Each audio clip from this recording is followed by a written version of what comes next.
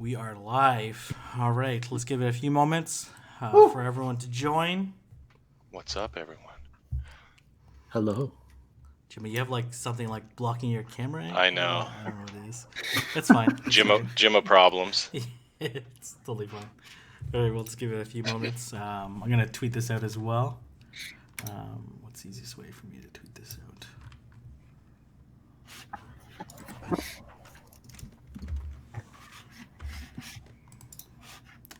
Or do one of you guys want to tweet it out, and then I will retweet you? Jay? I'll tweet. All right. Give it a moment. Getting some people to join.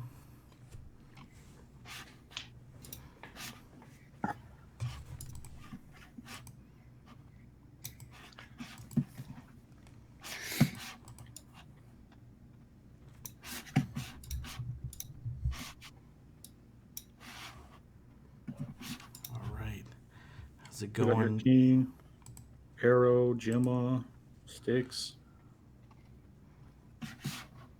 Battlers. Trainers. I just stopped saying trainers and travelers. I don't know why. I know. I missed that part. Well, I guess battlers became so huge, right? I guess so. I guess people just battlers. He's gonna hang that's on. That's all we got right now, I guess. King, Arrow, Gemma, Sticks. That's all you need. All right, we'll just give it a few moments for everyone. Some people are saying, "What up, my dudes?" That's a other. What'll be your channel link? Is it /Pogo King? I think. Man, I have no idea actually what my channel link is. It's What? just /King, for some reason. I think. Here, hold on, I'll give it. Yeah, /King. I just put the direct link in there. Oh, perfect. So you put the link in the... A link to the stream? Yeah, directly to it. We have the London's finest watching as well. Ricky. What an awesome tournament that was. Man, that was crazy. Did you guys watch that? Yeah. Oh, I caught the end of it, but yeah. It's amazing. Yeah. I slept through the whole thing. Oh, well, hopefully you get to watch the playback, or I think Zionic is going to cover it. But yeah, that was a crazy. Arrow was up all night battling. Slept in. Yeah. I probably was, honestly. Someone saying, "Hey Arrow, aka Mr. Go Battle Team Elite 4." Oh, hashtag Elite 4. What a powerful team. That team is stacked. All right. What is this Elite 4? I haven't seen this. Who's on the Elite 4 team? Join us now. It's the Arrow. That's all you need to know. It's just the Arrow. And Toshi. It's Arrow, and Arrow. Yeah. Just play it. We'll just have them play 4 times, all right?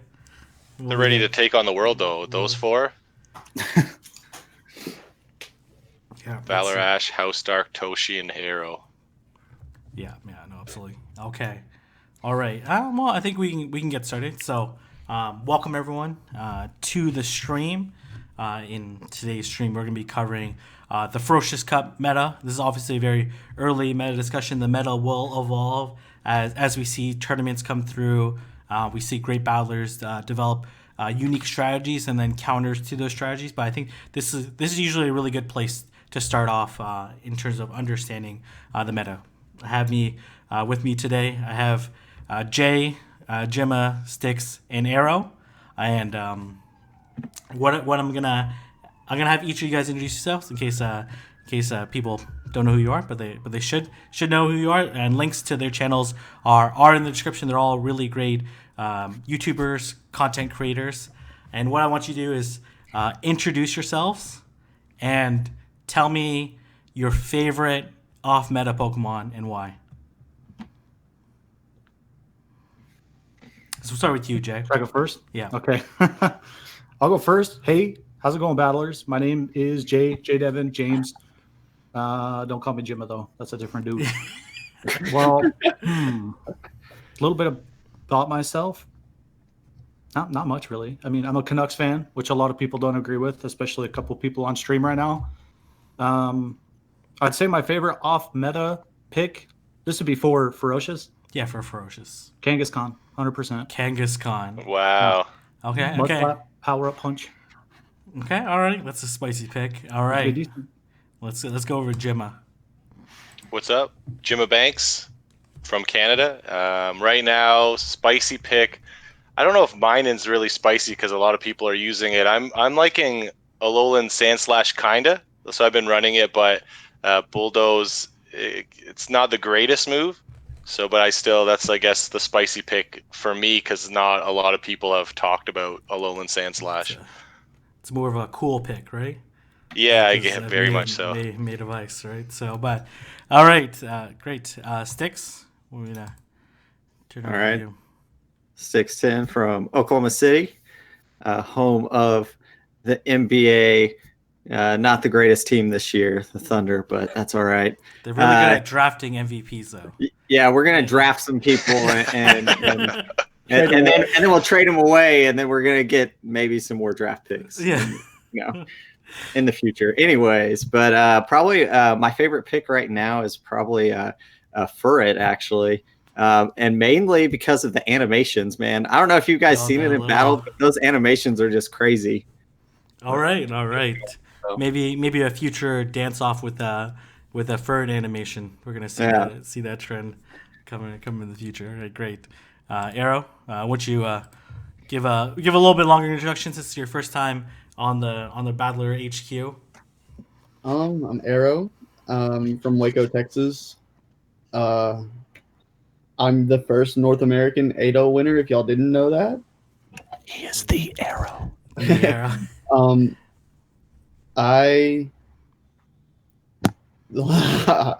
But my off meta pick would be Shelgon. Shelgon. Okay, I like Shelgon. Shelgon can play really nice, and then obviously that Dragon Breath damage is pretty nuts. All right, perfect. As well, before we start the discussion, Call Me Jake might join us at some point in time, but I've been told that he's been preoccupied with some college girls, so that's not confirmed. So Jake's just running his game. yeah, he just Running his thing. yeah. So unfortunately, he can't join us for tonight, but he may join us at some point in time. So, and as well, if we get to 250 likes, I'm gonna be battling each of these tremendous battlers, and then the other 4 people will be coaching me on which of the 3 Pokemon I should be running in each of my lines. So, Jade Evan has created this wonderful meta simplified document. Jay, why don't you just walk us through it? Obviously, Ferocious Cup, pretty chaotic. There's lots of details in it. Why don't you just walk us through what you've created? Yeah, I still think this is very, very simple. I mean, there's a lot more that goes into it, obviously. I've already fixed this like 4 times, and now I'm thinking of something like, Skuntank, obviously he can work against the Charmers. But, I think this is like the base. This is the core, I guess, of the meta, if you want to get down to the simple things. There are a few specific matchups that I kept in mind that I do think are important, especially, for the meta as a whole, specifically with, Alolan Sandslash. I really like that. Jim is a big fan of Alolan Sandslash. I haven't liked it too much myself, but I really wanted to have his role, be exemplified within the graphic. And for the most part, right, you're going to have Nidoqueen for ground coverage, pretty comprehensive ground coverage, against the Skuntank. The steals, especially the Torkoal, and then regular Ninetales. Obviously, the waters, I think they play a huge role in the meta, right? The first strategy, I guess, that we've really seen so far is going to be double waters, and we'll see other things evolve from that. On the right side, obviously, of the waters, you're going to see the electrics. They kind of can play, different roles specifically between, Minun, Kanto, Raichu, and then Pachirisu. But, overall, they're electrics. They can do a decent job, if not a great job, at countering the waters, and so on and so forth. It just goes on from there. I left Umbreon in its own spot. I do think Umbreon is very, very overpowered in the meta. It takes a lot to shut it down. especially if it's like the last mon they've had in my experience, and they keep a shield for it. That's unless you're running a double charm strat, it can be big trouble. Yeah, no, But yeah, that's it. certainly. And that's again, there's a lot to this meta, but hopefully through this discussion, we're gonna be able to break it down in a pretty simple manner. So why don't we start with the meta defining Pokemon, the king of the meta, in this case Umbreon, and we're gonna have Jimma and Stix10 debate, discuss, collaborate, however they want to do it, around a discussion of Umbreon. Is Umbreon necessary on your team of 6? Like, where would you... So, for example, if we talk about, like, meta-defining Pokemon, like, that are really needed in every cup, like you think of, like, Vigoroth and Lucario are virtually needed on almost everyone's team to be able to win. Obviously, there are some exceptions. And then there's, like, less meta-defining Pokemon, like we saw in Sinister, where like there were 3 meta-defining Pokemon, but you could choose to bring 1 of 3, 2 of 3. There was no Pokemon that was on virtually everyone's team that necessarily needed to win. So how necessary is Umbreon? Jim or Stix? I think it's pretty necessary for me anyway. You're going to see a lot of teams, a lot of skilled battlers come into battle without it, or at least without the Last Resort Umbreon. Of course, Last Resort is very good in the mirror match if you both, going Umbreon versus Umbreon. But it's going to take a lot of skill and a lot of great teams, a well-thought-out team of 6 to get by without it. So Jimma needs it for sure, but some of the really skilled battlers are going to be able to get by with it. And it's kind of unfortunate that Last Resort was around before PvP was a thing, because you have a lot of battlers right now trying to trade for it. Yeah. Stix, what are your thoughts on that? And I am one of those battlers looking to trade for it. So if anybody's in Oklahoma City, I need a Last Resort Umbreon. But I'm also going to tell you that Alolan Raticate fills that role fairly nicely. Okay, yeah. Tell us the pros and cons. Like, what does Alolan Raticate do similar to Umbreon? So you've got Crunch, and then you've got I'm running Hyper Fang on mine right now with Quick Attack, and so to me it builds up that energy fairly quickly, and you're getting Stab from both Crunch and from Hyper Fang. So to me that helps it out. It's a very close matchup against Umbreon, but it is it's winnable depending on IVs, and a lot of people are going to have their legacy Umbreons, and they're not going to have the best PvP stats on them. So it'll be a fairly close matchup on that. And so for right now, I've been practicing with Alolan Raticate because I'm not sure I'm going to be getting a Last Resort Umbreon. So we'll see. It's one of those alternatives for Last Resort Umbreon, and be able to get Stab on the normal damage with Hyper Fang is pretty critical, and it certainly makes it a pretty good substitute for Umbreon. But what is it missing yet? What are some of the cons with running Alolan Raticate as opposed to Umbreon? I think it's not as good. Yeah, it's definitely not as good, and it is going to take it's double weak to any fighting type move. So like your Brick Break or something like that is going to do quite a bit to it. So so for example, in the matchup against Raichu, it's not as straightforward as is with Umbreon.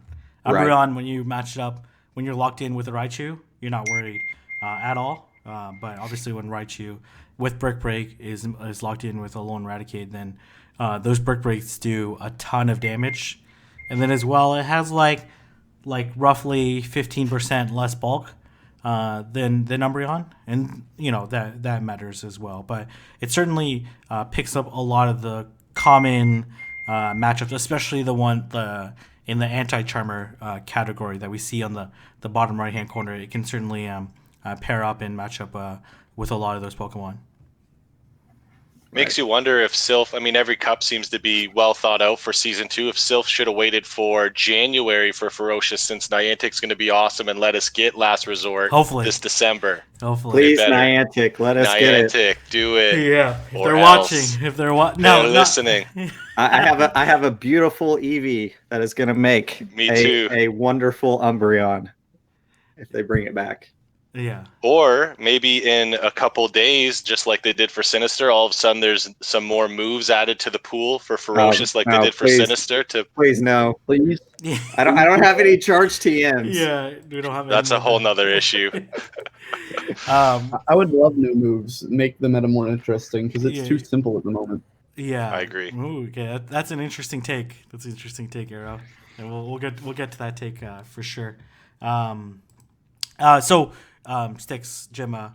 Gemma more so for you because it sounds like Sticks is like pretty convinced that he can run Alolan Raticate if he's not going to get a Last Resort Umbreon. Would you recommend somebody run Umbreon even without Last Resort over Alolan Raticate? Yeah, I wouldn't say you're wrong for going either way, but because Umbreon wins so many matchups in the Ferocious Cup, right? One Shield or just in general, you can do a lot of work with Umbreon. So I wouldn't say you're wrong for either or, but it's very viable for sure. It's really the mirror match where it hurts, and then of course some matchups right against Like a Skuntank. Alolan Ninetales, Skuntank, right? Yeah. Certainly you want to. Not that you can ever beat Alolan Ninetales because in all shield matchups you end up losing, but maybe with the right energy advantage or something, you can perhaps pull it off or make it a little bit closer when you're for the next Pokemon, so they don't get beat up as badly from the charm damage. So Umbreon, a very strong Pokemon, has like really great generalist matchups, but is certainly has a lot of very positive matchups, but it's not like it steamrolls teams like we might have saw in Kingdom Cup with Lucario. Like if you didn't check a Lucario, like Power Punch is a little bit different now, but if you didn't check Lucario, it could run through an entire team. Or if you didn't check Bastiodon, then it would run through an entire team. Umbreon, it does have very many positive matchups, but it's also left with like a little bit of HP, bit of HP, which is a lot on Umbreon, but certainly it's not. You're not going to see an Umbreon sweep an entire team, unless you're Best in West, right? And I saw in some of his battles where he swept with one Pokemon.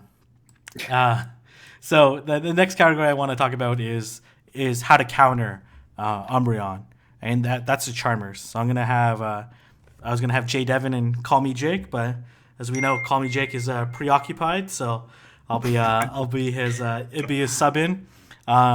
It's around Charmers. So I think for the most part, people have determined that the number one Charmer is Alolan Ninetales.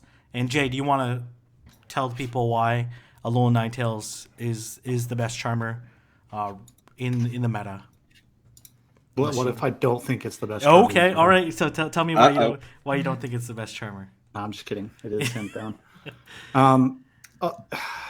The thing about Alolan Ninetales, obviously it's going to be carrying Charm, but it can also have access to Psyshock, which against a negative matchup, namely the Nidos, right? Nidoqueen or Nidoking, that Psyshock can still be super effective. And then the Ice Beam can also still be clutch. I don't think really against a lot, but it gets same type attack bonus, and in some situations, it might KO with an Ice Beam, whereas it might not have KO'd a Nidoqueen or a Nidoking with a Psyshock. With that being said, I think a stigma around Charmers, maybe this is just me, but you're going to rely 100% on the fast damage. That's not necessarily true with Alolan Ninetales in some matchups, and I think that's really what makes it the best Charmer possibly, and what gives it the advantage that it has. I guess it's kind of my take on it. I really like Granbull just because I have a fairly high rank shiny, but Alolan Ninetales better choice. Yeah, no, absolutely. And I think Alolan Ninetales, when you compare it to Granbull, is tankier. It does have the slightly lower energy first charge move of Psyshock compared to Crunch. And Psyshock, arguably more useful than Crunch in this meta, just because there's 100%. not too many like psychic Pokemon, and as well, Psyshock is really nice for counting Nidoqueen, which is going to be one of the main anti-charmers, and it's tankier, which matters in some of its matchups, and in some of its matchups, which we'll talk about a little bit later. It hurts it, and then having that ice beam damage is really nice. So Definitely, I do think in some respects, hopefully this isn't too much of a stretch, but as far as utility and having flexible access to kind of quicker charge moves, Delcatty kind of fits in that role. It's very different, but the combination of charm and disarming voice, I think, could be better in some situations against an Umbreon. Yeah, certainly be able to hit super effective damage if you end up, especially more so from Delcatty's perspective, which is another potential charm user. Obviously, it doesn't. It's just a normal type Pokemon, right? So it doesn't have that resistance against Foul Play or Dark Pulse, and Snarl. So it does need to be able to get off that charge move potentially in a closed game scenario, versus Alolan Ninetales oftentimes doesn't if it's at full health, versus an Umbreon, regardless of whatever Umbreon's health or for the most part its energy is at, just because it does have that resistance, and then Umbreon has to rely more so on the more expensive, less energy efficient no stab last resort to try to take out Alolan Ninetales. But certainly Delcatty with disarming voice, which is one of the coolest charge move animations, right? Like every time someone does a disarming voice on me, I'm like kind of wowed and really tempted to power it up. So is it Ninetales or nothing when it comes to charmers, or if someone doesn't want to run alone Ninetales or they have a preference for another charmer, is that a viable winning team option for most people? Obviously, there's very skilled players that can utilize other Pokemon, but what do you think? I definitely don't think it's Ninetales or nothing. I think comprehensively, taking into consideration everything we've talked about so far with Alolan Ninetales against the meta, it's the best choice, arguably. But no, I don't think it's the only choice as far as charmers. Also taking into the fact what we've talked about with Delcatty, it's going to be a little spammier, even if the typing is going to be a little riskier in some matchups. But no, it's definitely not. I don't think it's Ninetales or nothing. Yeah, for sure. And there's like pros and cons with each of these matchups. I think having a charm user is necessary to at least apply at the very minimum some bench pressure against an Umbreon. Doesn't think that they can't just run Umbreon without some potential consequences in terms of running it. But Grand Bull, like an example of a matchup where Lone Ninetales loses but Grand Bull wins, is the B-Barrel, whatever it is. Beaver Boy. Yeah, Beaver Boy matchup. Because it has that higher attack stat, its charm damage is doing enough where it can actually end up winning the one shield matchups, which Alolan Ninetales doesn't. So, and then there's other options like Delcatty and a few other.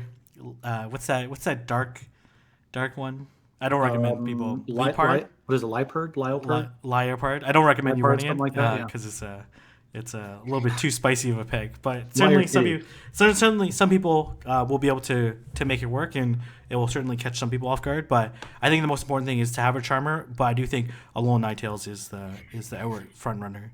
Yeah. And one thing, real quick, I guess before we move on from this point, is I really like something you mentioned with the matchup that you gain against Beaver Boy with Granduel, right? So that's something else to consider when it comes to is it Ninetales or nothing, is what other matchups against the meta do you gain or lose if you go with a different charmer? Because then that, I think, can give you more insights onto what the rest of your team composition should be. If for whatever reason you don't have an Alolan Ninetales, then you won't have one. I guess that's a perspective, a take on a different way to look at it. Yeah, and certainly Lairon is another matchup.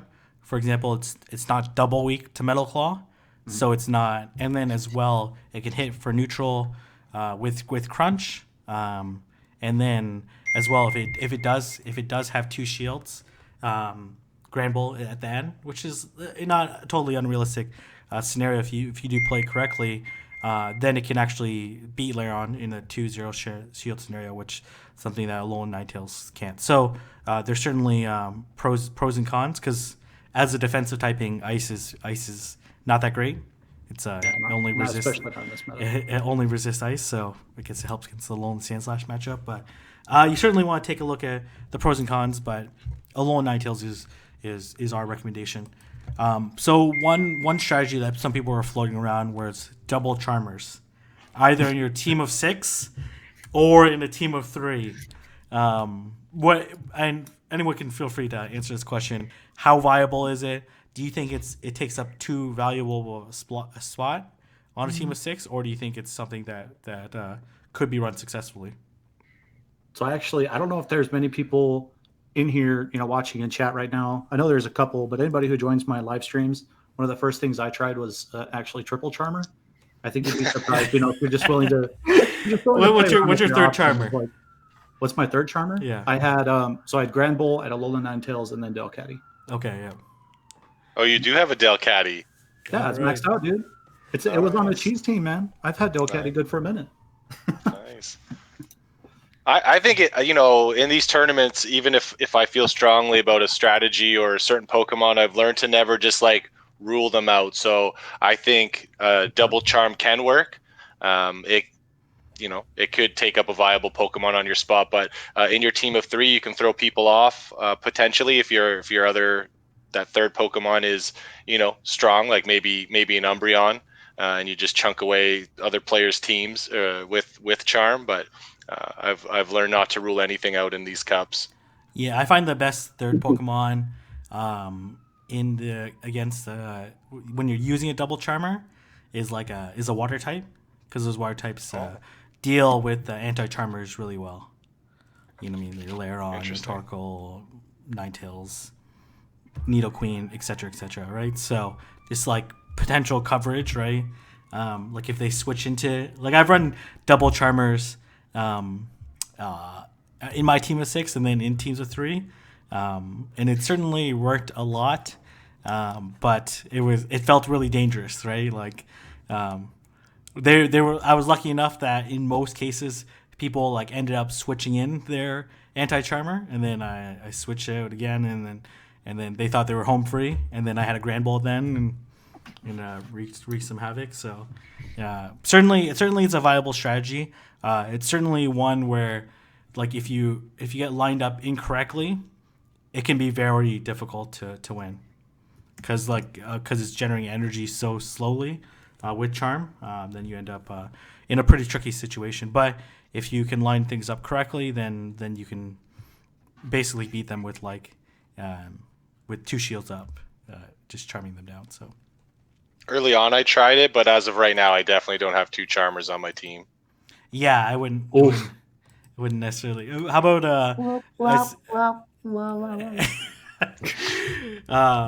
how about other Raichu with charm? Is that something that Jay, you would ever throw somebody I off? don't think so. I have a Charmchew. I have a shiny Charmchew. I tried it out as well.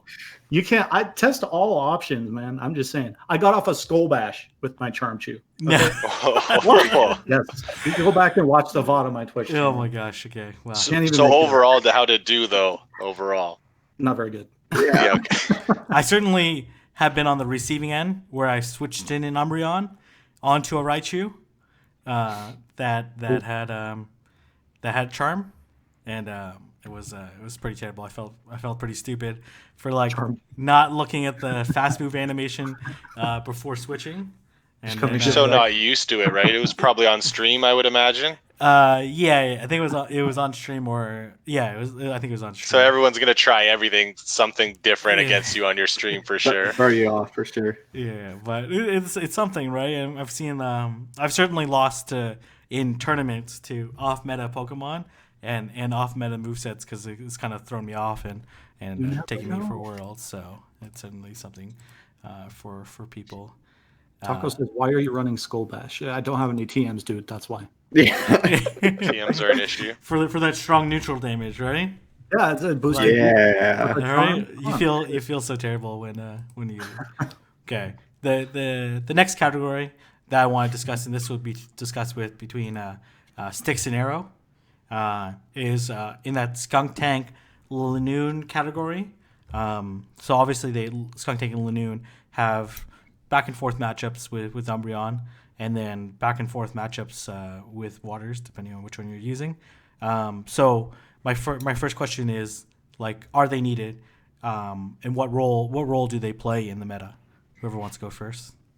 Skuntank is actually one of the few things that I've tried and actually enjoy using.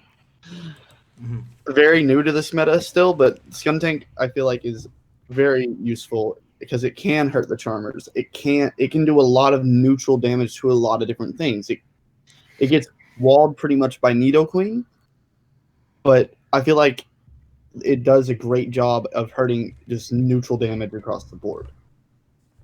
Certainly, you can still get off a crunch before Nidoqueen can get to an Earth Power or to an Earthquake, so you can at least do some damage to it.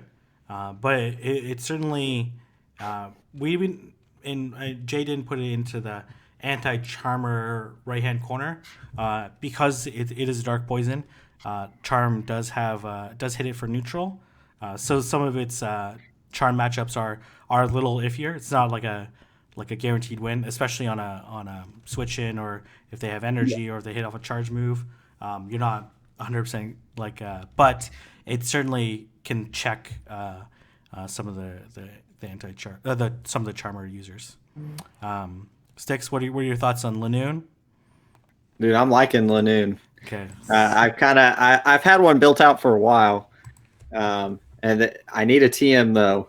That's the only thing I need right now to make it a little bit better in some of my battles. Right now, it's got Grass Knot and then Thunder, and I think with Dig it does just a little bit better, especially against your electrics and stuff. Linoone, I just feel like covers so much of the meta. You've got, it can take out your grounds and stuff like that with Grass Knot. It can take out the waters with Grass Knot, and then you're doing the Shadow Claw is just very, very quick at gaining energy and everything. So I feel like it does a pretty decent job all around. I tested out Skunk Tank a little bit at first. I need to test it again some more and see how it's doing really in this meta. But really, I've been running Linoone on my team for pretty much the whole time. So. Here's a little test for you, Arrow. Sticks. Tell Arrow your team of 6 right now, and then Arrow, you tell Sticks what he should be removing from his team to replace with Skunk Tank. All right. Okay, right. Take some notes. Right. Yeah, let me pull up my team. Little pop quiz, right? Can you send me a picture? or post it in Discord. Post it in Discord. Yes. Okay, hold on. Because I'm not very mental. I take notes and I'm very visual.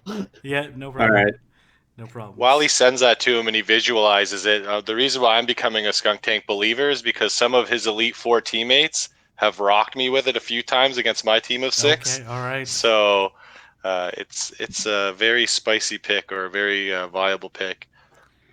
All right. And so right now what I've got on my team is Nidoqueen, B-Barrel, and then we've got Raichu, Alolan, Raticate, Alolan, Ninetales, and then Linoone is what I'm rocking right now. So for me personally, when I look at this team, I see Alolan, Raticate just as you don't have Umbreon, so you're just putting it in there. I feel like Skuntank honestly could replace Alolan, Raticate in this case. And that's what I've been considering as well, just to see. Because you have your Water and B-Bill, you have your Charm user. Linoone I have yet to try out because I don't have one built yet. Very struggling on Dust right now, but I feel like Linoone is very strong. Whenever I get enough Dust, I will be testing one out. And I like that's a Legacy Raichu, I'm guessing. Yeah. And I think Nidoqueen should be on every team from what I've seen so far. So honestly, Raticate is what I'd get rid of. Oh, okay. That's an interesting take. All right, all right. All right. Sticks to something for you to try out. And then Yeah, definitely test it out. Arrow, someone was asking earlier, what movesets are you running on your Skuntank? And what I movesets would you currently want? have Poison Jab, Sludge Bomb, Flamethrower.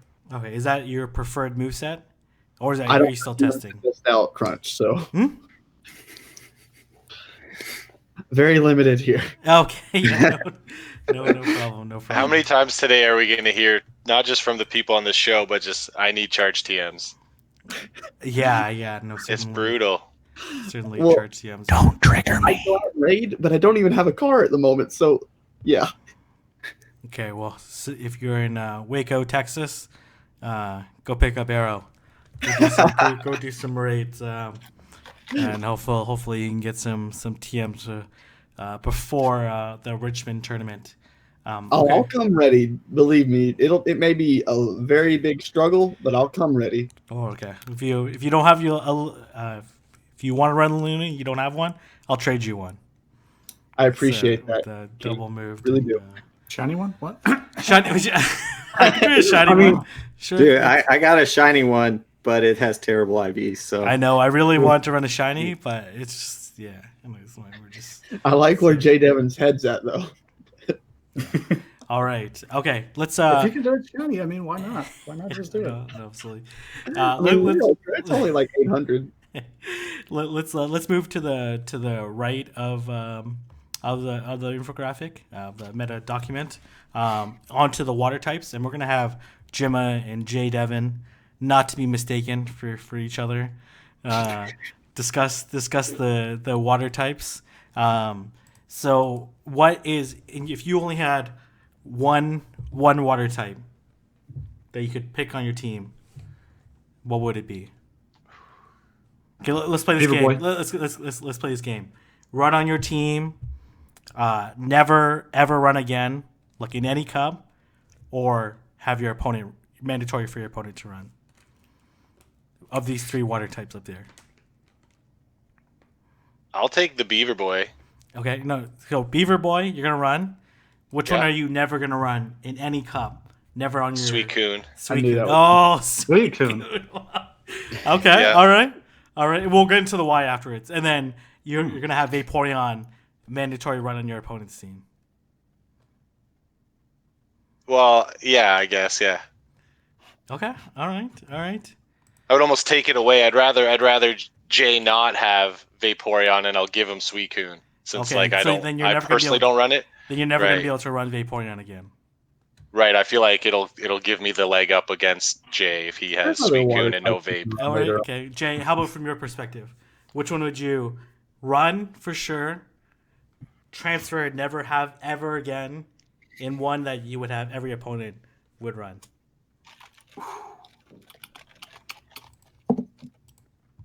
You know, I'm really trying to find a good argument as to why I should do something different from what Jimbo just said. It's really hard. I mean, there's probably going to be some strategies come up, right? Like we haven't even seen something like triple water be attempted, like on a larger scale, which I think could be a possibility. My top pick, hands down, would be Beaver Boy. Honestly, though, I feel like I would rather choose Suicune in some situations over Vaporeon. The reason I say that is with Vaporeon's attack stat and not getting stabbed from the last resort, I just feel like it has opportunity to do and to be better, and I just feel like it's missing out. Whereas, you know, with Suicune, I at least can have the Snarl, which will charge up quickly, and then I could potentially play mind games between, do I have Ice Beam? On top of that, do I have Hydro Pump, if that makes sense? I feel like I'd have more flexibility for surprise with Suicune as a pick. Yeah, and just in defense of Suicune, Gemma, I know you're a big fan of the newly formed Elite Four. I did Right. lose to both Valor Ash and House Dark, and they both ran the exact same line of three against me, and Nice. they ran a double water that included Suicune. get wrecked. Yeah, and I believe him saying that because I've lost to some of those same players. So when I say that, it doesn't mean that people listening should not run Suicune. King makes us make these decisions to voice our opinion, but definitely Suicune is a force to be reckoned with. I just personally in battle haven't had issues with it, and again, it's so early in the meta, so I think all three are viable. Yeah, but I went with Beaver Boy for sure. So tell me why Beaver Boy is better than the other two, or you feel more comfortable with running it. Purple Kyogre, man. I had Vaporeon and his Beaver Boy just kept avoiding my Minun, and he made me switch to Beaver Boy for now. So it was the beatdowns. It was, I looked at it actually after I thought that Beaver Boy was just wrecking Vaporeon overall, but it looked like a pretty even matchup on PV Poke, and I think with Beaver Boy, you have more potential to choose the IVs, where Vaporeon, you have what you get potentially if you saved one from Community Day, or even if you're evolving to run double water because you don't have Last Resort. So you get to kind of pick your IVs for Beaver Boy. Yeah, and I think that's certainly a strong consideration if you want that normal type coverage. Is that B-Barrel is going to have hopefully more optimized IV.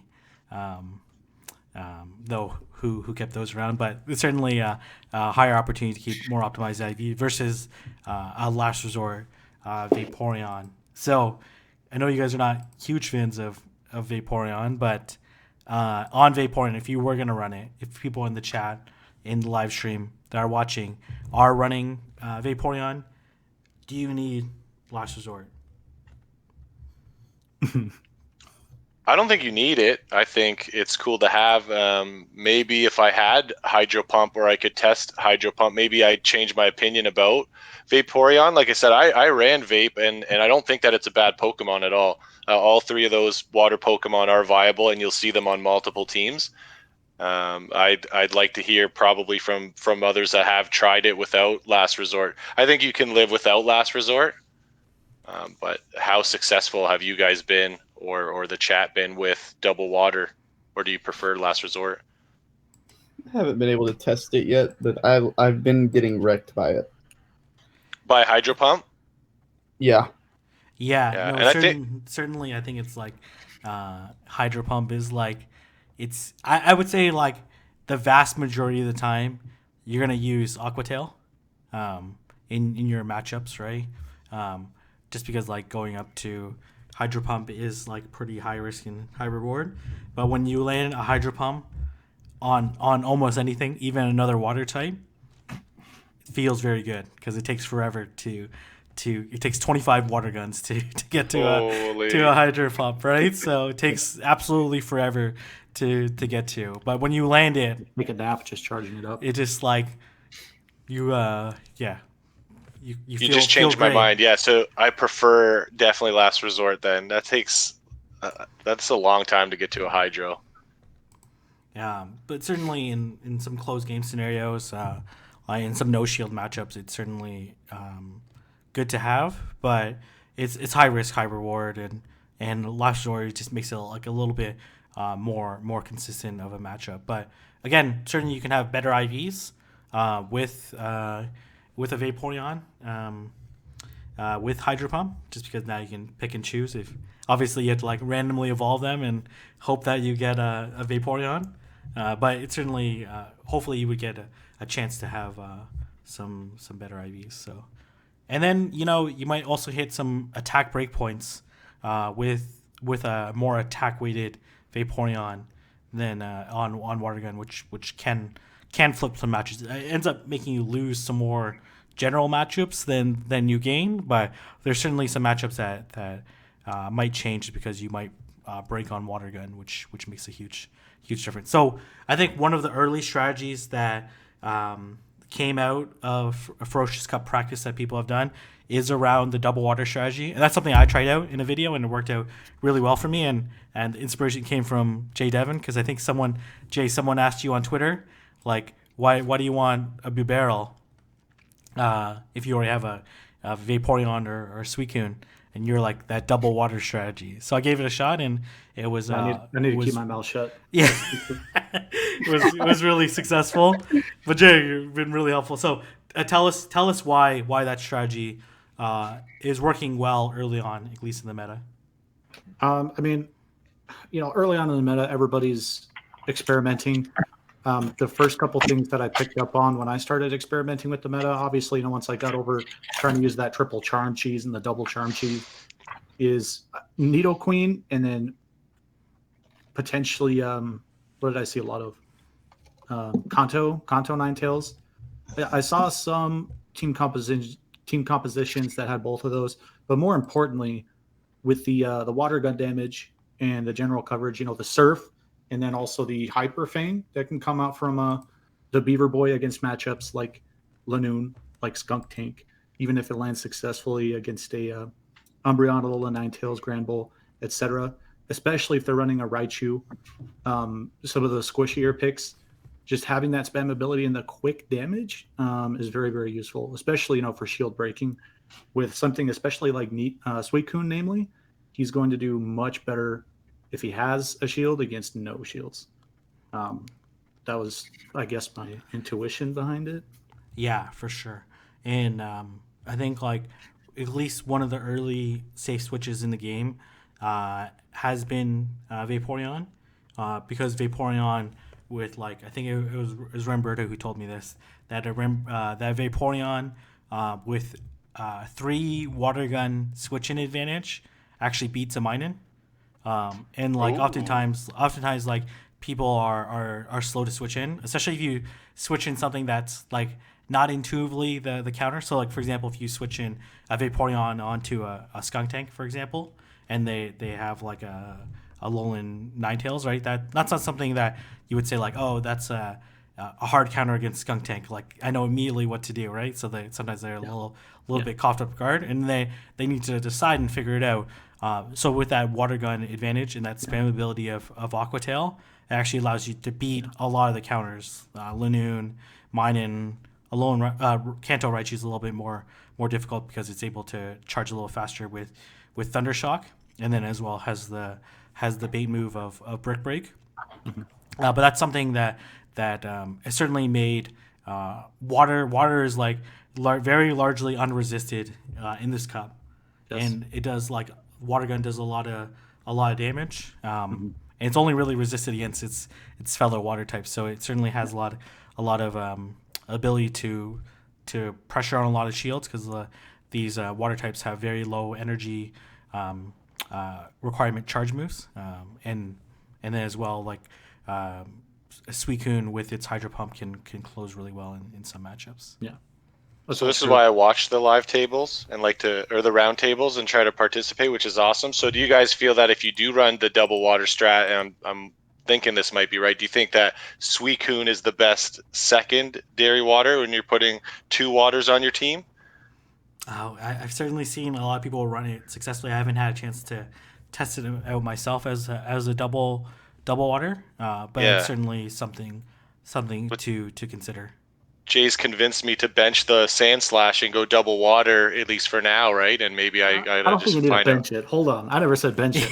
No, you didn't say that, but I learned from these round tables, and it might have to sit on the bench. Yeah. Even Alolan Sand Slash is one of those picks that gives me trouble sometimes.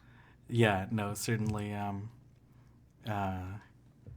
Yeah, and then the water types have different roles and different options to play, but certainly Suicune does get to Hydro Pump really quickly because of Snarl. I think there are potentially easy ways around double water strategy, but overall I do feel it's kind of a safe play. It feels like it's a cushion play, I guess, a cushion composition with your team. Yeah, no, absolutely. And then this is a question for anybody or people in the chat can provide the recommendations. How do you play Suicune, or what have you been seen successful in terms of playing Suicune? I think it's a good lead, and I think it's also another really good safe switch. Okay, so tell us more about why it's a good lead. Suicune in the lead can get that bubble beam off really easily, and that first Pokemon, albeit it might be switching out, you're gonna get that attack debuff on it, Yeah. and that's gonna change a lot for the match later on. Without that attack debuff, it's really hard for that Pokemon to really come back in and do the job it's meant to. Yeah, no, absolutely, and certainly can change some matchups. And people are often not simulating. Does like my particular Pokemon, whether it's like an Umbreon, for example, does it still win its matchups even after the debuff, right? And it certainly leaves that Pokemon more handicapped for later on. Okay, Attack debuff, especially on the Charmers. Yeah. on the Charmers for sure. It can certainly turn an offensive Pokemon into a lot less offensive Pokemon with those bubble beams. It just gets to it really quickly, and so switching out and saving it for later. So historically in Pokemon Go PvP, there has been like a lot of support Pokemon, and we saw some support options like with Alolan Muck in the second round of Twilight, where people were acid spraying, then coming in with a more offensive Pokemon. But like nullifying a Pokemon is certainly a strategy that I think people will play out more so as the cup goes on. Yeah. And if they have a Charmer, let's say they just switched into it, get off that double bubble beam, swap into Oleron or something like that, does work. Yeah, for sure. All right. When we move on to the ones that counter the electric types, counter the water types, which are the electric types. So here on this graphic we have Kanto, Raichu, Minun, and Pachirisu. So I would have normally called me Jake discuss this with Arrow, but I'll sub in. So Arrow, do you think electrics are needed? Yes, 100%, because you're going to see a lot of that double water strategy going around. I personally am really liking Kanto Raichu. Okay, all right. With Brick Break Wild Charge, I feel like it does a lot of necessary damage, neutral damage. Plus, that Brick Break, albeit it's not hitting that Umbreon very hard, it does help cover Umbreon. So whenever you do get that Brick Break off, it's going to do a small chunk of damage to that Umbreon that other charge moves in this meta really can't for such a cheap charge move. For sure. And as well, like on Umbreon, if it's a quote unquote failed bait, you're still at least getting an awful lot of damage. So I think that's something worth considering. Personally, I like Minun as my preferred electric type, but I have seen some really effective play with Kanto Raichu, and that Thunder Shock, just like it's like almost unbelievable how quickly it generates energy. And if you're trying to like switch in and as well, those water switch-ins are a little bit more tricky when it comes to Raichu, because it's able to get to those charge moves faster than Minun and Pachirisu. Can I chime in on this? Yeah. Sorry, I know it's not my turn, but No, go for I it. wanted to bring up something. It was actually Taco was on my stream, and he said something that really made me think a lot. It was kind of beyond how I thought about the meta. He says Minun and Minun and Kanto Raichu play entirely different roles in the meta, and he pointed out that because of Alolan Raichu's utility against the Umbreon matchup, and then Minun probably being a better water counter with just how tanky it is, and then having discharge. Yeah, no, it's a very interesting matchup because Minun can I haven't run into this too much, and maybe it's just like the I haven't played like an even energy successful bait matchup. So, but Minun is one of the Pokemon, one of the electric types that can actually beat Umbreon in some shield scenarios, just because of that additional tankiness. It probably does require them like falling for a discharge bait and landing a thunderbolt and all that stuff, right? And we might not take consideration some other factors. At least I haven't run to a situation where my Minun has successfully beat an Umbreon or vice versa. But it's certainly it's tankiness makes it does play a different role than Kanto Raichu. And some people, Arrow or anyone else that wants to discuss it, some people are saying, like, how about Alolan Raichu? Alolan Raichu is too weak to dark. Too weak to dark. And I think that's like a really important factor, is that it actually loses the matchup against Suicune. And it's not even Suicune that has to land a bait. It can just straight Bubble Beam against Alolan Raichu because it's weak to that snarl damage, which I think is a important consideration. But it shouldn't also be understated that it does have access to moves that could potentially act as coverage against some of its counters. So, for example, like Grass Knot, and Psychic against like Nidoqueen, for example, is not necessarily something to think about to sleep on. But being weak to dark is pretty punishing as an electric type, because then you don't have like that kind of evenish or slight loss matchup against Umbreon. Then Umbreon can just farm you down, which makes it a tricky matchup. But I think certainly some people could play it. Any thoughts on Pachirisu? I want to try it because I love that little thing, but I don't think it's going to be the same. Yeah. So it plays very similar to Minun. They're both very tanky.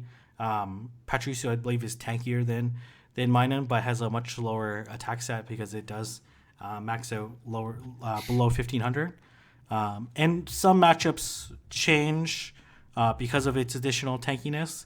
But for the most part, Minun does perform a little bit better against the meta than Pachirisu. But it certainly can be a really interesting spice pick, and I could definitely see some people utilizing it pretty effectively. All right. Why don't we move on to the anti-charmer category, and we'll let anyone here discuss their thoughts on what the best. Why don't we just go each person? What's their preferred anti-charmer? And why don't we start with you, Arrow? My preferred anti-charmer right now it's going to be Lairon. Okay. I know it's weak to the water types, but I'd rather be able to farm down whatever I wanted to, any charmer with the Metal Claw, not really have to worry about the rest of the meta. Whenever I plan on lining it up right, whenever it comes down to that matchup. Yeah, for sure. I think skill to do that much. Yeah, it doesn't have to worry too much, especially if it's a Alolan Ninetales, about any charge move coming from Alolan Ninetales, because it's gonna resist the Psyshock and it's gonna resist the Ice Beam. And then as well, its Metal Claw does double super effective damage, so you can just see it visibly chunk away, especially at full health. And then it has like a really great charge move pool in terms of Body Slam being very spammable, still decent neutral coverage, Rock Slide or Heavy Slam. What are you running, Rock Slide or Heavy Slam? I currently have Heavy Slam on mine. Okay. Is that your preferred moveset? I haven't tested Rock Slide out, but I know I want Body Slam. Yeah, for sure. And that makes I guess there's like trade-offs when you do Rock Slide to hit that stab neutral damage against the waters and electric, but Heavy Slam, like if you're in a pinch against a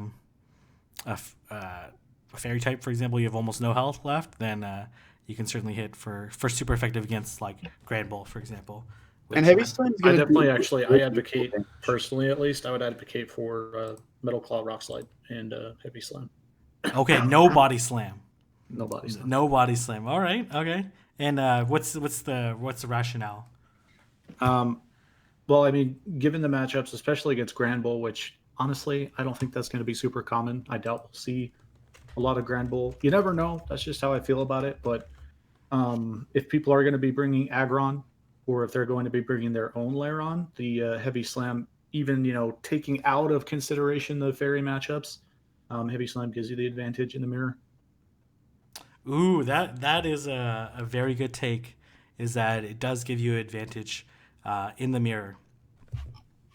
And that's something, or in the Aggron matchup, and I'm sure Aggron, it does more damage against like Nidoqueen, for example, than obviously Rock Slide, and probably Body Slam.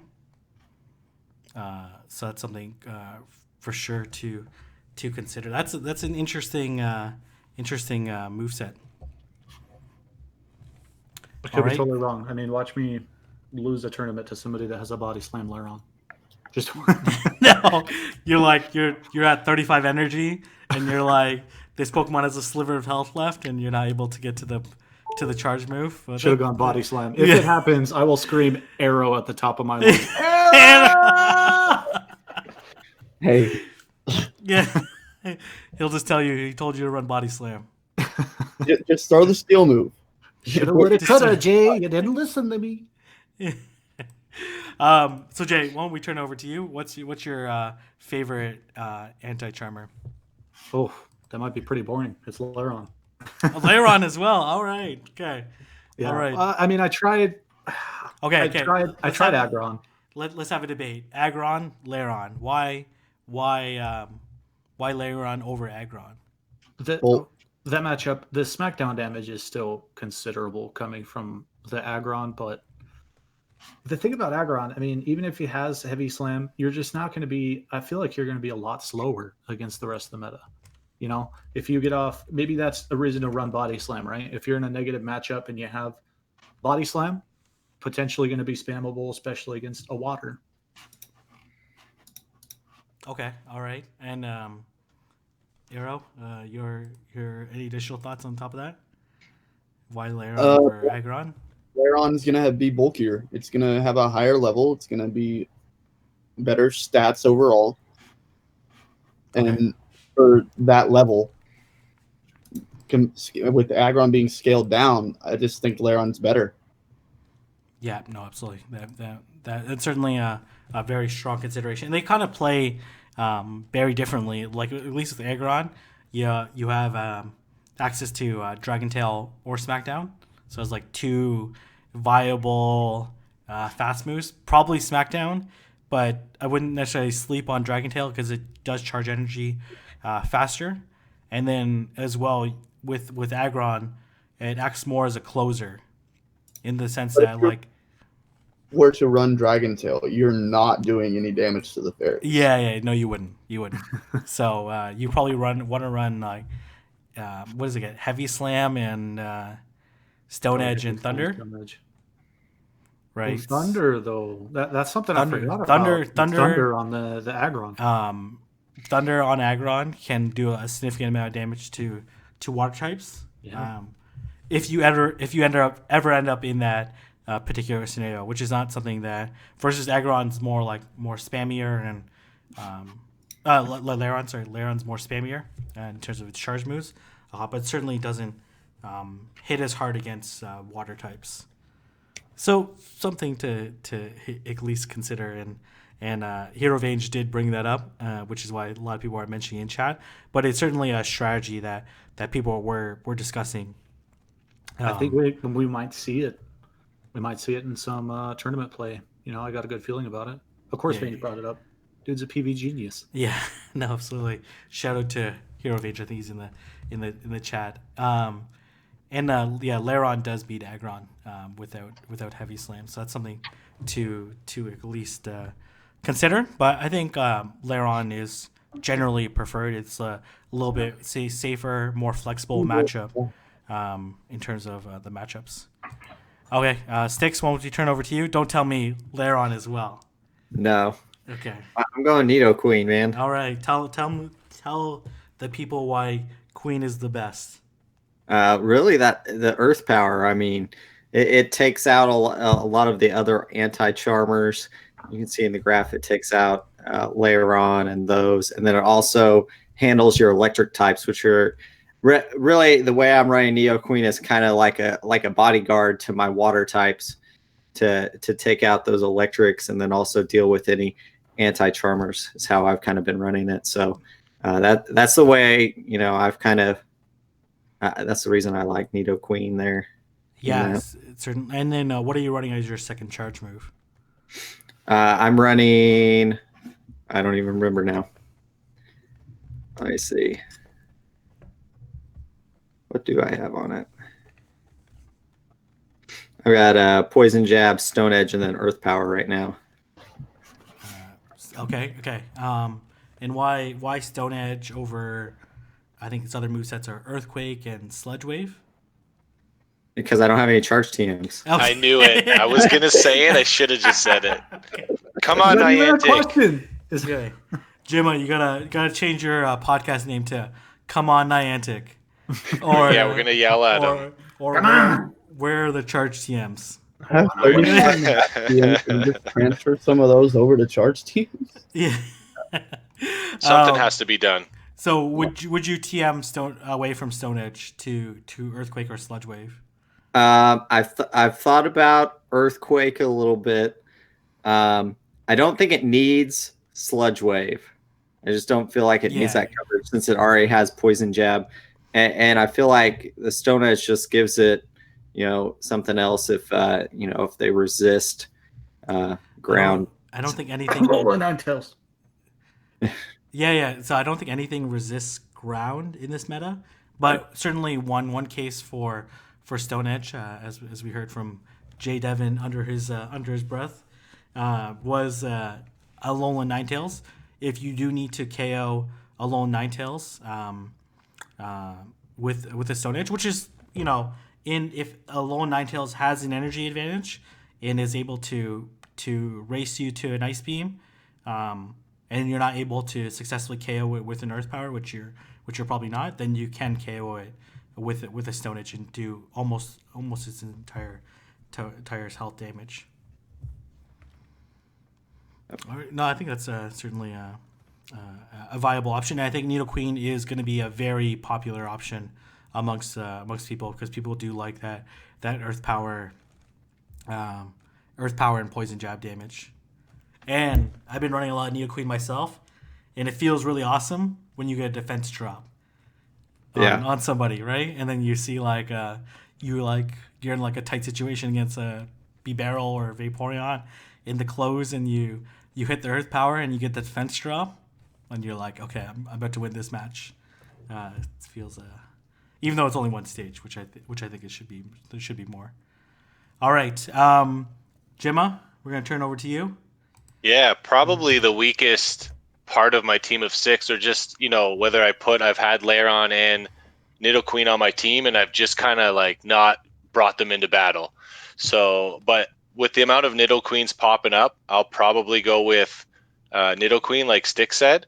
But what Battle Hero said today about Lairon's quick move is so compelling, and that's what I spent my last 84k dust on, was powering up a Lairon. So a lot of testing has to be done, but just to kind of even out the 2v2, I guess I'll go with Nidoqueen with Sticks. But both very viable Pokemon. King, you're the deciding one. Oh yeah, he gets off the hook all the time, right? Yeah. Make him pick. No, I use Nidoqueen, but Okay. We'll see if I end up using it. I also tried out Lairon, which I really liked as well, but there's still a little bit of time. I have 4 or 5 days before my cup, so there's these. Let's talk about these other options. But right now, my pick would be Nidoqueen, for its ability to at least do a lot of damage and close move damage. Especially personally, I would run Earth Power Earthquake, just because Earthquake can do a lot of damage to almost the entire meta, which is not something that should necessarily be underestimated. But let's talk about some of these other anti-charmers and their viability. So why don't we start with Alolan Ninetales, long forgotten cousin in this meta, Kanto Ninetales. What's its viability? What are the pros and cons associated with it? Yeah, I think its utility with a Spammy or Psyshock You know, that's something to consider. The fire spin overall it's pretty consistent. You know, against a skunk tank or even against an Umbreon, against a Linoone. It's very general, and it can really shut down a Alolan Sandslash too. I feel like it kind of underperforms for me. This might just be, you know, one of those niche picks in a meta where I'm just bad at using it, sadly to admit. But I do think it has a lot of valid use. I think one thing that Kanto Ninetales is missing compared to like Nidoqueen or Lairon, for example, is that its typing only allows it to resist the fairy moves versus like Nidoqueen typing allows it to resist poison moves and resist electric moves, and Lairon with its steel typing allows it to resist also electric moves on top of like being weak to, they're all weak to water, right, for the most part except for Alolan Sandslash, which we'll talk about. But like because it doesn't have that additional meta relevant resistances, it has like it doesn't have as much utility in the matchup. The one utility it does have is the ability to potentially get off a solar beam in a very late game scenario, and the solar beam a water type, which I don't think right now. yeah, which I don't think any other anti-charmer on this page right now can successfully one shot a water type from full. True. So the ability to one shot your biggest counter is something. Could be a super duper clutch. I mean, talking about this too makes me really, really wish we had a way to get a Heatran in the Great League. That'd be very nice for this cup. Yeah. Oh yeah, that would be. I guess Heatran would be the ultimate anti-charmer. Yeah, maybe, you know. I just wish I could at least try it out. Another So many different anti-charmer Pokemon. that I've actually enjoyed using Mhm. is Alolan Marowak. Yes. So tell me about. A lot of people have I brought didn't the put Lone the Marrows. Alolan Marowak on here. You know, it's got too much shine already in Sinister. Jason, Alolan Marowak in Ferocious, from what I've noticed, yes, it's weak to the water and double waters, very consistent, but it can also nuke a water type with a Shadow Ball. yeah, as long as it doesn't run into the barrel. Yeah, B-barrel. but the Bone Clubs are going to be coming in a lot and do a lot of neutral damage across the board, and you're going to get a lot of them off. I've personally enjoyed using it, but I guess I've dodged the water types enough with it.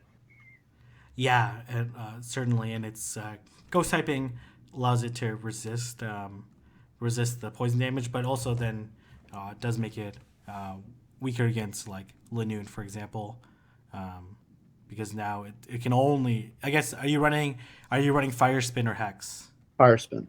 Fire Spin, and that's for the neutral damage and super effective against Alolan Ninetales. Yep. And that makes sense, right? So it does end up getting trapped a little bit, well, quite a bit, by Umbreon and Linoone, which is and then obviously normal type Barrel, which is I think some people have shied away from it. But if landing that Shadow Ball on a Suicune, landing that Shadow Ball on a Vaporeon can do a lot of damage, and it can generate Bone Clubs pretty quickly. So again, the ability to bait and draw down those shields are going to be important. And it is like weak to the dark and water, but the dark you're still able to hit Bone Clubs on. Yeah, for sure. Okay, no, that makes total sense, and I think that's certainly one that it moves from like meta relevant pick to like a slightly spicy pick. It certainly will take a lot of finesse and dodging of its counters, because it can certainly get walled by some Pokemon in order to use effectively. But it's not something that you should automatically discount when you see on someone's team of 6. That's something you have to make sure you line up correctly and counter correctly. For sure, that's an arrow pick right there. That's an arrow play. Yeah. Hey, I try a little bit of spice. Yeah, no. Always got the spice, man. I love it. No, absolutely. How about Torkoal? Any thoughts on? It also does really. I guess a little Marowak I was also. Torkoal, so I can't really put in input this one. I guess someone's saying that Alolan Marowak does really well against Lairon Yeah, because those Bone Clubs will deal double super effective damage, true. Yep. right? So I don't think people should necessarily develop like an entire strategy around just trying to get that bone club off for the win. I think you might perform very poorly if that's what you're counting on overall for this meta. But where was I going with that? What did you say just before that? a Bone Club does double super effective damage against Lairon. I'm sorry, the Torkoal. Torkoal. Someone, I don't remember who it was. If you're watching right now, I apologize. I'm really sorry. But someone used a Torkoal against me on stream, and it wrecked me. I got totally wrecked by the Torkoal. I think it can be a surprise factor. I think a lot of people don't count on it, because it's exclusive. It's a regional. But what are you going to want on it? Fire Spin, Stone Edge, and then Earthquake? I don't think it gets Fire Spin. I think it gets Ember. I'm pretty sure. Yeah, and it just takes so long to get to its charge moves. I've got one like Great League ready, and I shouldn't say it without. Sorry, it does get Fire Spin. Okay, it does get Fire Spin. Okay, yeah. So you want Fire Spin? Earthquake, Overheat, and Solar Beam. Okay, so some very nuke type moves. I guess get shields down and then Closer. Yeah. But And I tried it in Kingdom Cup, and that's what you really had to do is try to put so much pressure and get rid of the shields, and then hope you can land one of those charge moves. But I just don't think it's gonna work. I've never seen it run in Kingdom. It's interesting. Well, I did it for like practice for jokes. Like it's not viable really. AJ from Ghost Stadium saying Torkoal is better than Kanto Ninetales. I believe him. Sure, I believe him. But is it a little bit bulkier? It is. Earthquake. It's pretty. No. So it definitely is bulkier than Ninetales. So Earthquake and Solar Beam. That's what he's advocating, which can certainly do a lot of damage. But it does take a very long time to get to those charge moves. So, and it's coming. You're going to shield. I mean, given its Torkoal bulk, charge though, move. I mean, with the right matchup, Squawk makes me think a lot. Yeah, 100%. With its bulk, if you find yourself, if you end up against a Charmer, I think that's going to be very advantageous because that's going to be your chance to farm up to have that charge move ready to go. I think it's a play that you need to execute well. I think you need to plan it ahead of time, and you'd probably have to practice a lot. But he said it's better than Ninetales, right? I don't think a lot of people are running Ninetales on their team of 6 right now either. I'm sure in practice, but I don't know if you'll see many regular Ninetales or Torkoal on teams of 6. Yeah, it's certainly you can certainly try to farm down which you can. You can farm down a lone Ninetales with just Fire Spins, but you're left with like pretty low health. So you're looking like just to win that matchup and then get one shield against your opponent, which is certainly not nothing. He also says it's much better at farming them down without expending those shields, which gives you, I guess, an advantage for energy management and the shield conservation. It's better at farming without expending shields. Yeah. Why? Because it's tankier. Yeah, I think because it's tankier, and especially I think a common matchup might be obviously Grand Bowl and Alolan Ninetales, which are both on here. I would feel pretty comfortable on tanking one, depending on the situation. I'd feel much better about taking a Psyshock or a Crunch, or even a Dazzling Gleam or something like that with Torkoal. Yeah, because of its tankiness. Okay, that makes sense. Okay, let's move on to one of Jimma's sleeper picks, Alolan Sandslash. Jimma, Well, you're going to see an increase of Nidoqueens, right? So you get to do a lot of Ice Punch. Powder Snow builds up those charge moves so quick. Kind of wish Bulldoze did a little more damage. Like you do run into some issues, but at least you do have some ground damage against the Electrics or Laren. So it's just a fun one. I don't know if it's long term, but it is fun for now. And I think I don't know if it was Arrow that mentioned a spicy pick with Shelgon, right? A lot of people are trying to run have some fun with Shelgon, so you do kind of throw people off with the Alolan Sandslash overall. Yeah, no, for One- sure. Yeah, I think the ability to beat Nidoqueen is very important. Like able to deal super effective damage with Powder Snow and Ice Punch, and then as well like double resist the poison jabs. Obviously, it's weak to the ground move, so it does have to potentially expend a shield if it wants to farm it down or end up in some matchups. Yeah, But that is and the ability to, but it doesn't. Its matchups with Charmers, unlike the other anti Charmers, it doesn't hit Alolan Ninetales with fast move, super effective damage, right. which is like your ability to exit out the the charm lock in matchup and be able to threaten a counter to the anti charmers is like probably like one of the bigger drawbacks related to Alolan Sandslash, unless you choose to run. Does it get Metal Claw? It's Metal Claw, so you could run that for your anti-charmer. Yeah. What would be the pros and cons of running Metal Claw? It's not as good. Yeah, I don't know how it is with energy gain, actually, just from lack of use, but Powder Snow just builds up those Ice Punches so fast. Yeah. Super effective against the fairies. It's super effective against the fairies, right? So your ability to farm down fairies is a little bit more effective, but without really. Oh, that's interesting. Okay. But Yeah, you made a good point about what, like you said, it doesn't scare off the charm users as much.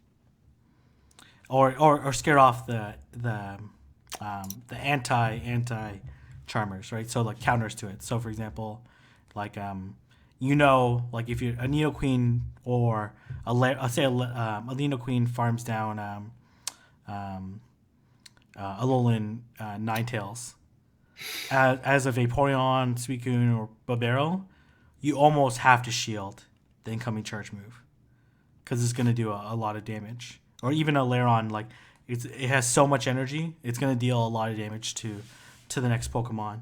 But because of like the subpar or uninspiring Bulldoze damage, Yeah. it doesn't necessarily put as much pressure onto the next Pokemon and have kind of that carry forward win rate. Yeah, like I was fighting Toshi today against a vape, and like the bulldoze, he could just take the bulldoze no problem.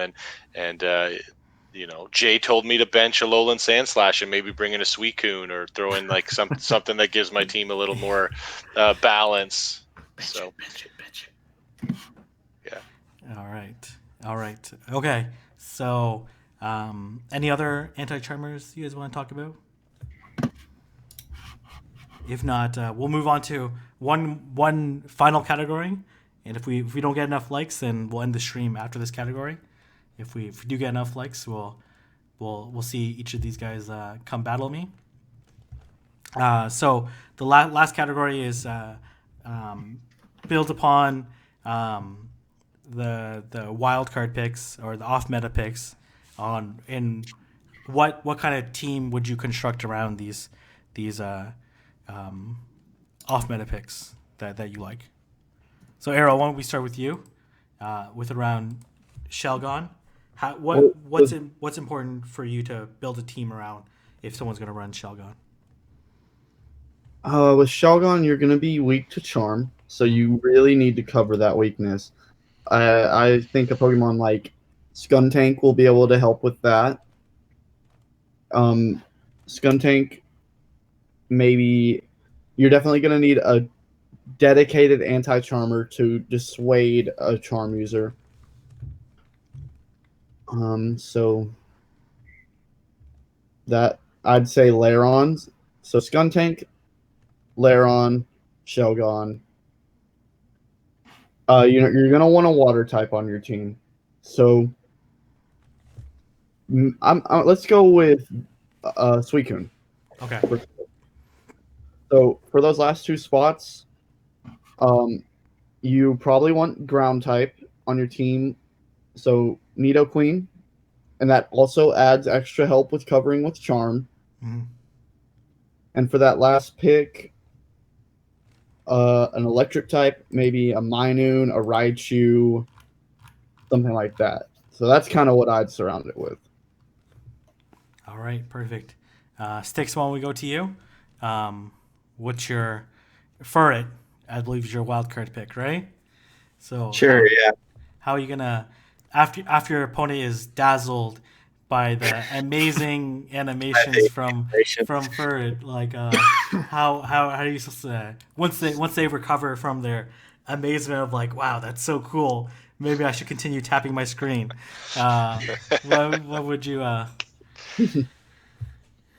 would you Yeah. build a part around it?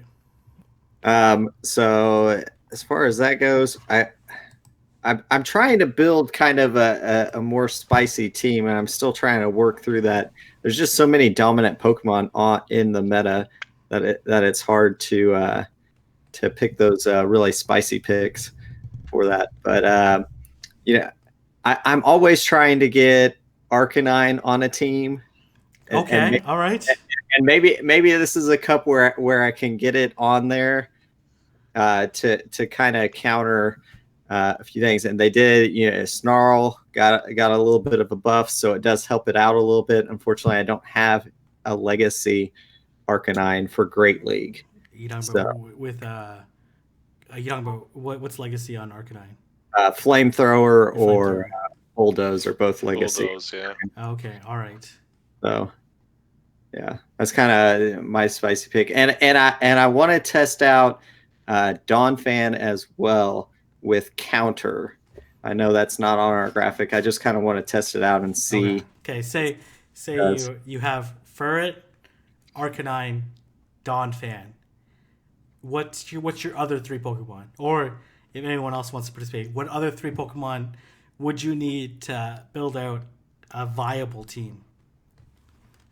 You might tell me, King, I'm just gonna run those three the entire time. But like, what? Obviously, like, water is one that's gonna be. Yeah, and water is one that's tough to get anything that's not kind of meta, but that's because it's so. And so, like, if I'm thinking of something that would normally be like kind of a meme or something like that, it's gonna be B-Barrel there. But in this meta, it is kind of meta defining or in the. It's very meta relevant for sure. Yeah. So maybe you would scare off so you can run that line of three. Maybe you'd bring double electric. Right. Throw people off. Right. So you can freely run your Arcanine. Right, and I have actually been running kind of a double anti-water with Linoone and then Kanto Raichu together on the same team of three, and that seems to kind of be working. Break the shields basically with Raichu and then go with Linoone to kind of close it out. All right, perfect. Gemma? To pair with my Sandslash? Yes. So since it's, I can't handle that much spice, right? We go meta. So I think that's why I thought Sandslash was working really well, because I would have my Alolan Ninetales and I would have my Umbreon, which are obviously meta, and then have some decent matchups potentially with Sandslash, right? Thinking the spice was spicier than it really was. So I liked trying out early on, right? It's still early, was like Ninetales, Umbreon, Sandslash, or Umbreon, Ninetales, and Minun. So As far as the 3 go with Sandslash was just your boring meta picks, and then I have Minun and Barrel. You wanted me to go the whole team of 6? No, that I think that's probably pretty No. sufficient. Okay. All right. Yeah. Great. Jay, what was your spice pick again? Cheese team, easy. Kangaskhan. Kangaskhan. Mud slap. Okay. Mud slap. Power up punch. Crunch. Sitting next to a Kanto Raichu with Charm, Thunder Punch, and Skull Bash. And then I'm gonna have a where are we at? Kangaskhan, Charm Chew. That's kind of the flex spot for me with this this cheese duo. Probably Nidoqueen. That's 8-0 right there. A little bit meta right there. Jim was saying that's an 8-0 team. Get wrecked. Everybody get Yeah. wrecked. You don't want to get wrecked. Hey. Don't come on stream. What's 8-0? All right. Did I hear that? Well, when we I completely forgot about this. I did ask people to post questions on Twitter, so we'll just go speed round through them. So Ramberto asks, what Mon has been your MVP of your current practice battles, and why? If okay with sharing. Anyone can answer. So for me, my MVP has probably been Vaporeon. Just being able to get like those like last like single health HP or really low HP Aquatails has and the ability to beat its counters has been really useful for me, and I've been able to utilize it pretty effectively. How about anyone else? They're willing to share. You guys know I'm boring, right? The meta is the meta for a reason. Like Umbreon is my MVP because it's rank 1. Okay, Umbreon. It's rank 1. Everybody's flexing. Arrow reminds me of the 8-0 Jimma. Does rank 1 Umbreon. Does that thing have Last Resort? Yeah. Oh my gosh. I know it's like such a boring answer, but like it's legit. My Umbreon has helped me win games because it's Umbreon. Most valuable Pokemon, MVP. Welcome to Flex Stream. Yeah. Yeah. 6, Jay, Arrow. I mean, go ahead. It's probably not anymore, but very early on, my MVP was Nidoqueen. I think because it's become a lot more common. Not liking it as much. You know, I'm feeling like I need to develop some other strategies to probably counter a Nidoqueen. Yeah. I gotta go here. That last resort Umbreon. Oh, Arrow, you kind of cut out there. Oh, Arrow, no, Arrow! He's morphing like Valor Ash did last stream. We're about to see Robot Those Arrow. Texans, man. We're about to see He Robot knew he was Arrow. going to battle you soon. He's morphing right It's now. last resort Umbreon. I'm scared. Elite activated. It's last resort Umbreon. Last resort, I'm gone. All right, 6.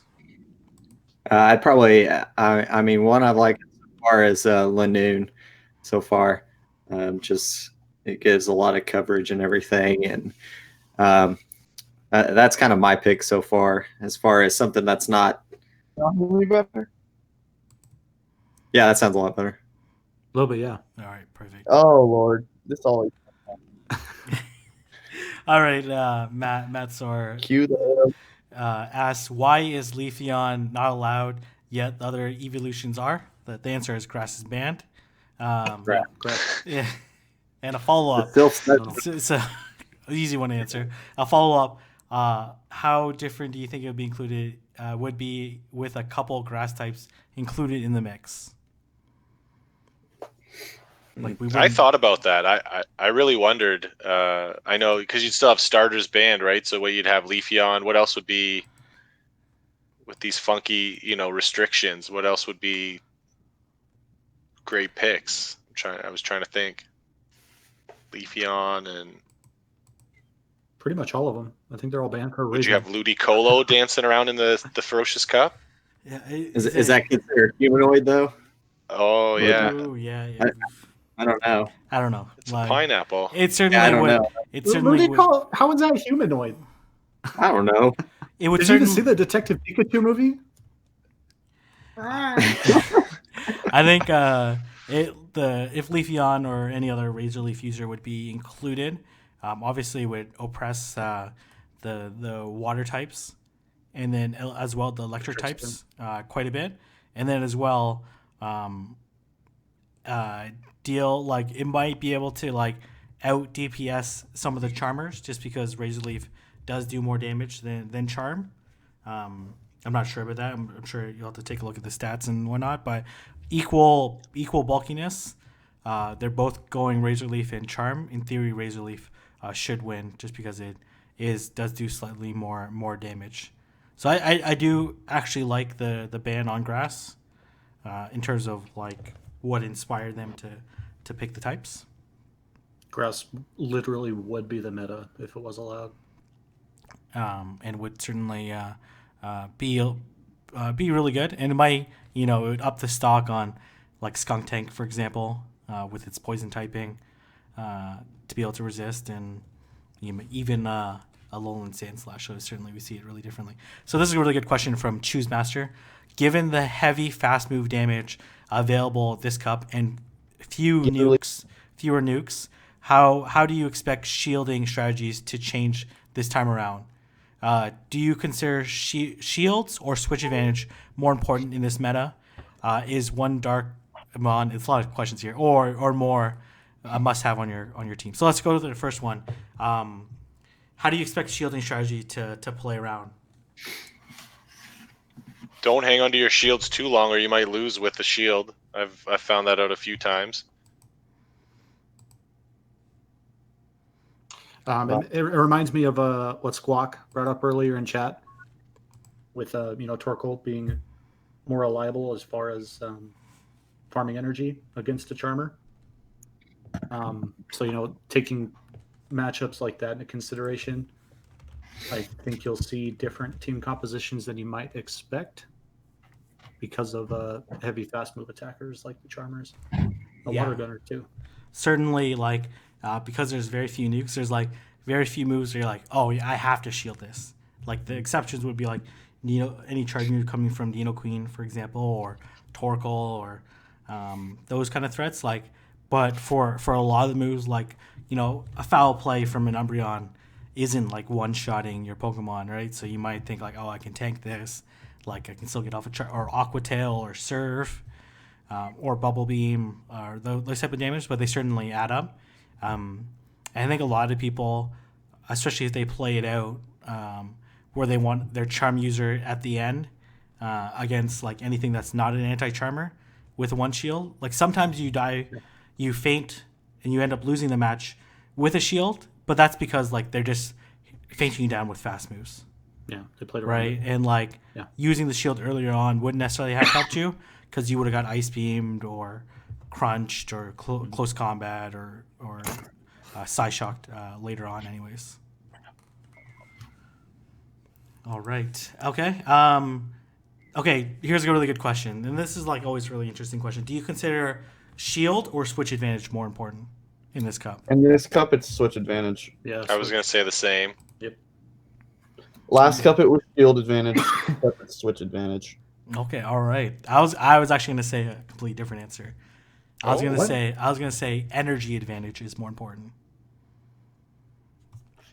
So like I think there's a lot of matchups where you can apply a lot of pressure if you have an energy advantage versus your opponent, and mostly because of all anyways that's just I've seen a lot of like more so in this cup, especially when I played Ramberto, a lot of like very aggressive switching.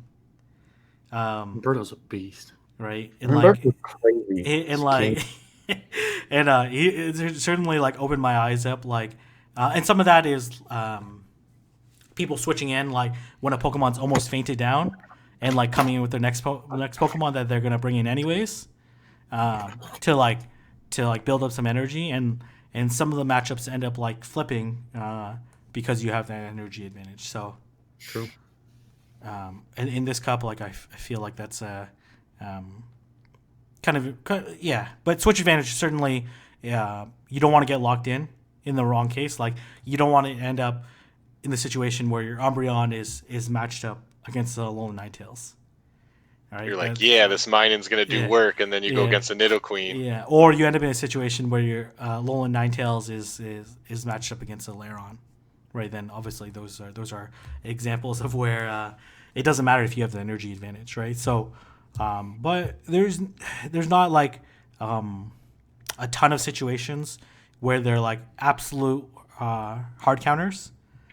In this one, a lot of times, like Skuntank versus Nidoqueen is an example. Like you can still do at least a lot of damage against Nidoqueen with Crunch before potentially getting KO'd.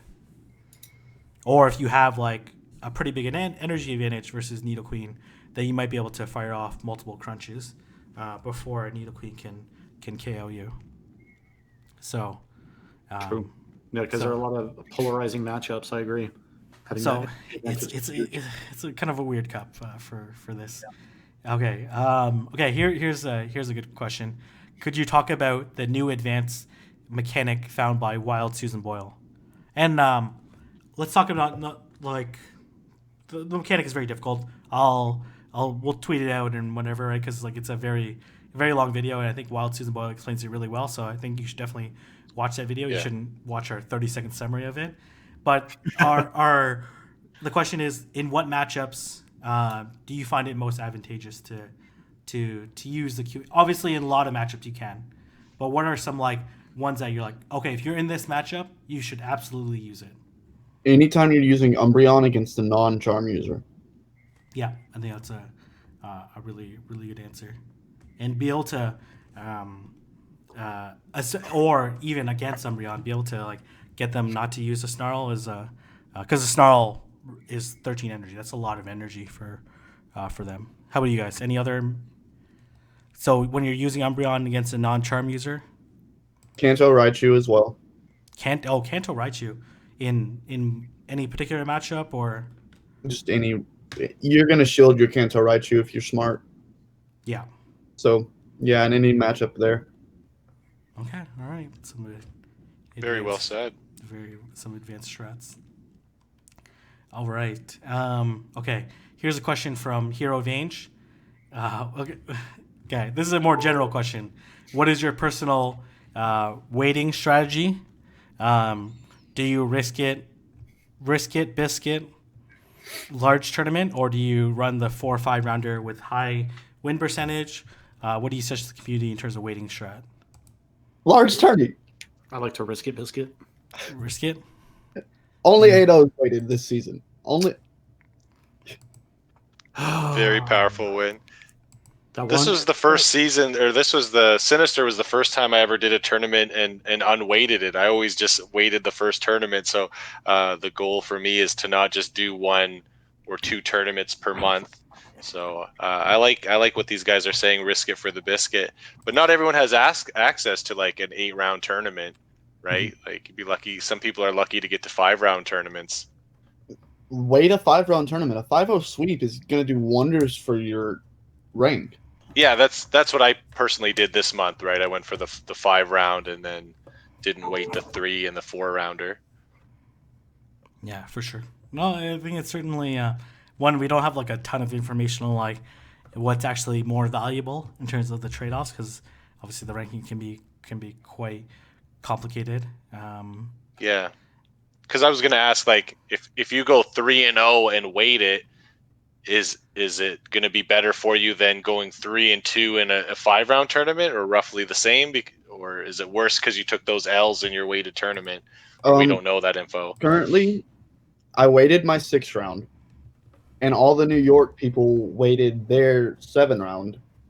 And, of course, the winner isn't still on the leaderboard. But I'm currently ahead of the people that went 6-1 in New York. Yeah. In full rank.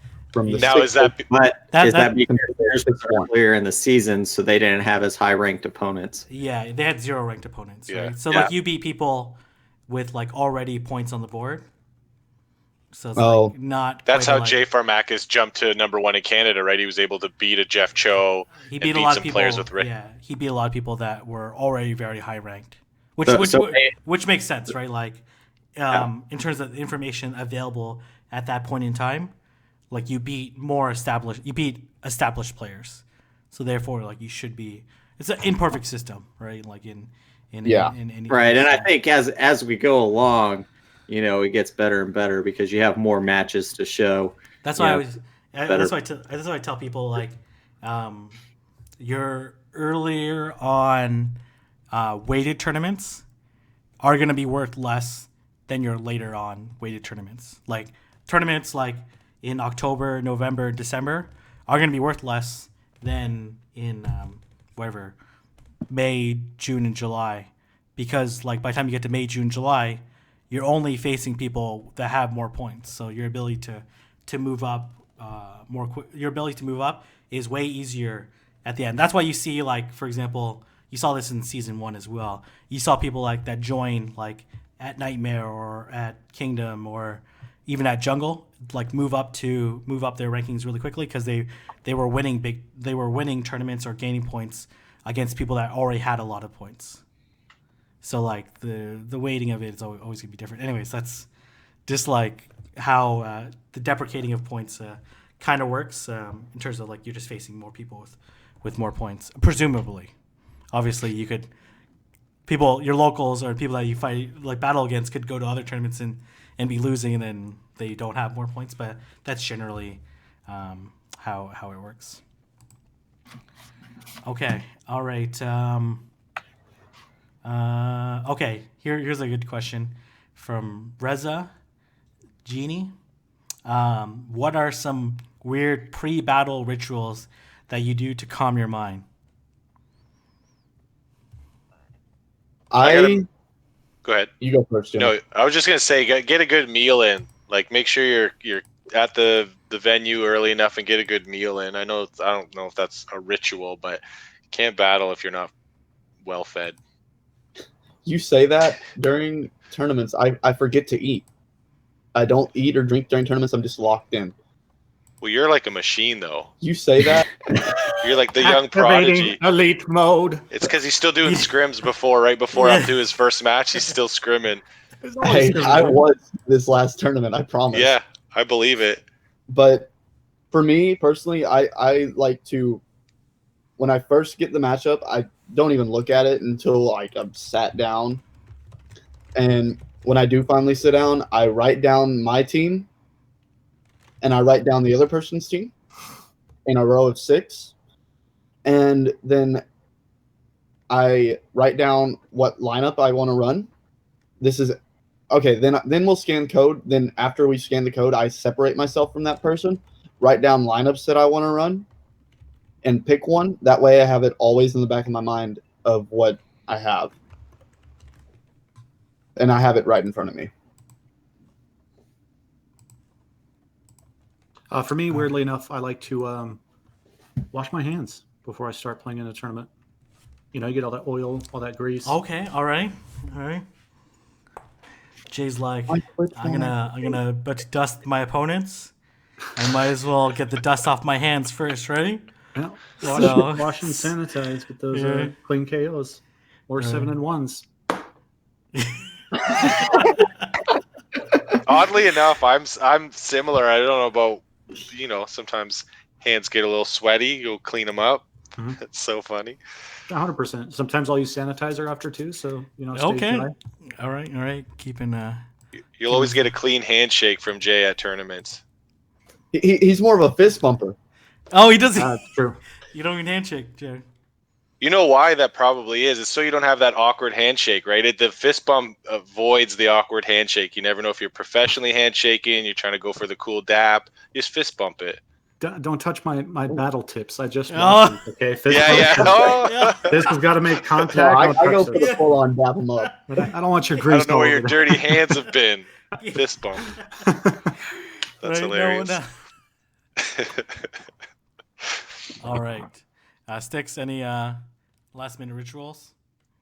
I always try to before the battle starts. I just take a deep breath, kind of calm myself. Usually, because a lot of times I'm super nervous, and also I found don't not to second guess myself. Like a lot of times I sit there and I'll just go over and over and over the match like before it happens. Like what could they lead with? And usually my first instinct is usually right, and then second or third one down the row as I go through everything, I get it all screwed up in my head, and I end up losing the lead or messing up my lineup or something like that.